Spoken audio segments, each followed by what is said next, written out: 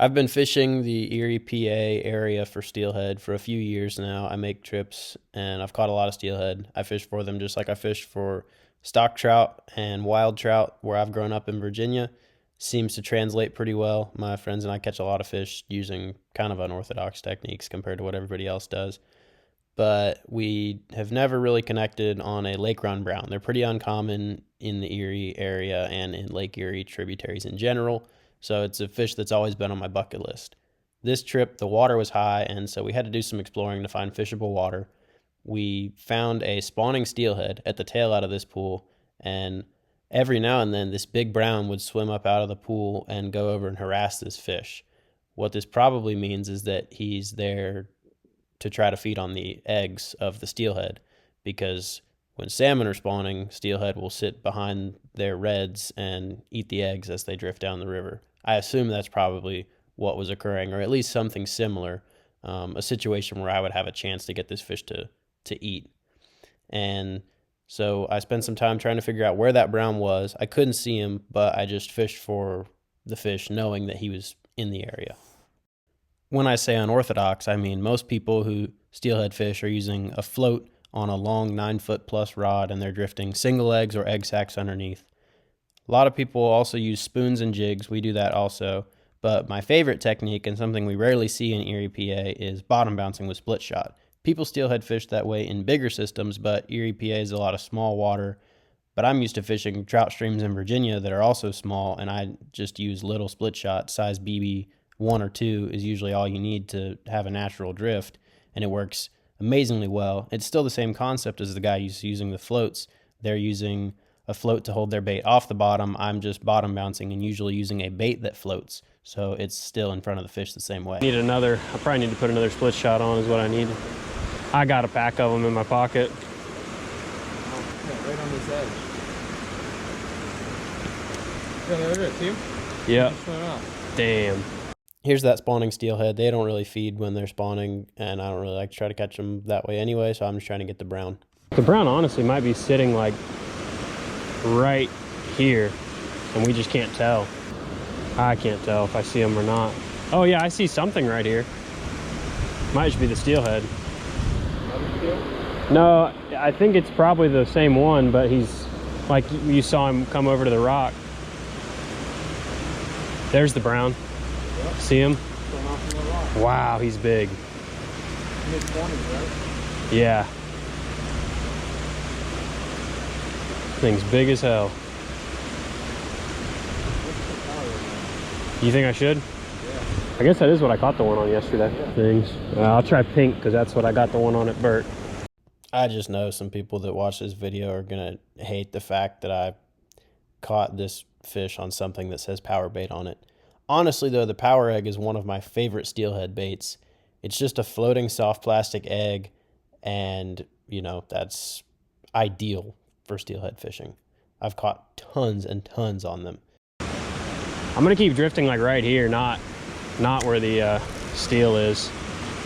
The water immediately in front of these boulders that I'm standing behind is pretty deep. That's where the channel runs through, and we were assuming that was where that brown was sitting. We weren't entirely positive because the water was pretty stained and you couldn't see that well. That was also a reason for having to make so many drifts, because the fish most likely just couldn't see the bait most of the time.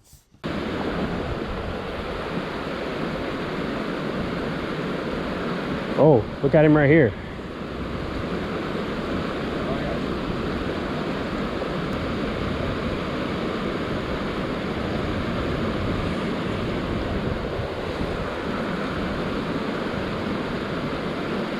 Kind of questionable making a bunch of short drifts, especially with a split shot rig, but watch the rod tip right here. Got him. Yep.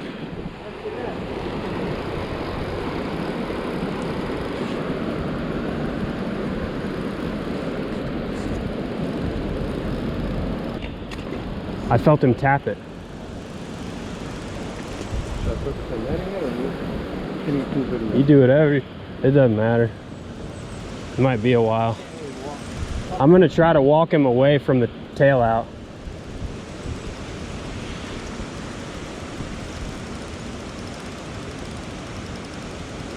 Definitely a brown trout. Oh my gosh. Yeah. Should you go get the other net from the car? You don't think? Okay. Well, we'll be able to reach him better with the other one. I feel like I might fight him for a while. Nah, it's way brown. Hope so.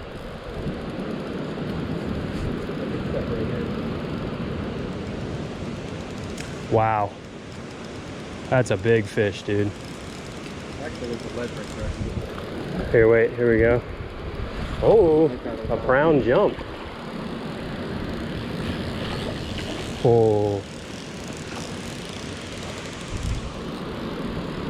Looks like it's the side of the mouth. yeah. Nick. Can't reach. Yeah. Go downstream of me probably, because I don't think I just can't. Here, I'll try to get him to come up a little bit again. You ready? He's right here again. I'm gonna try to get him on top and have him coming downstream to you.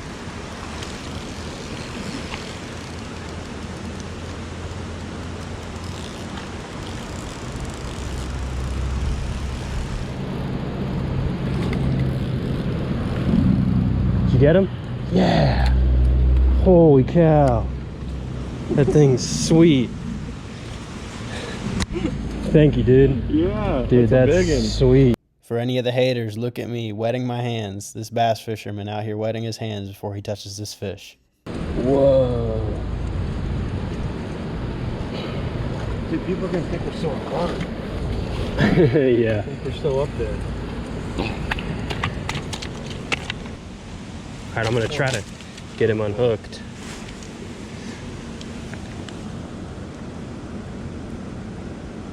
I want to get him back in the water real quick.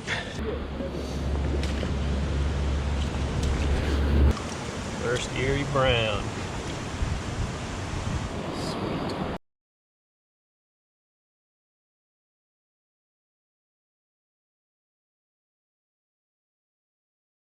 You ready?